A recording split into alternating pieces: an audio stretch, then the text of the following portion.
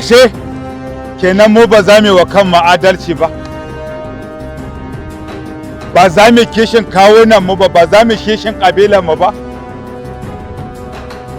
ba za mu kishin addinin mu ba, sai dai mu rika bata sunayen mu a duniya da inda kaje holani banza kare da doki kowa ya taso holani.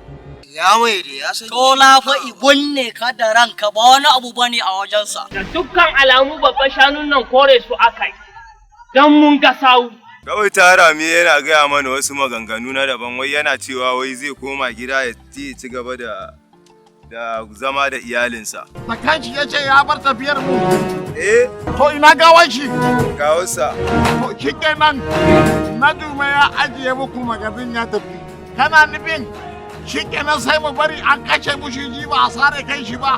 To idan har na Juma ya tafi ya ajiye muku magazin ya tafi. Wallahi kashin kowa ya bushe.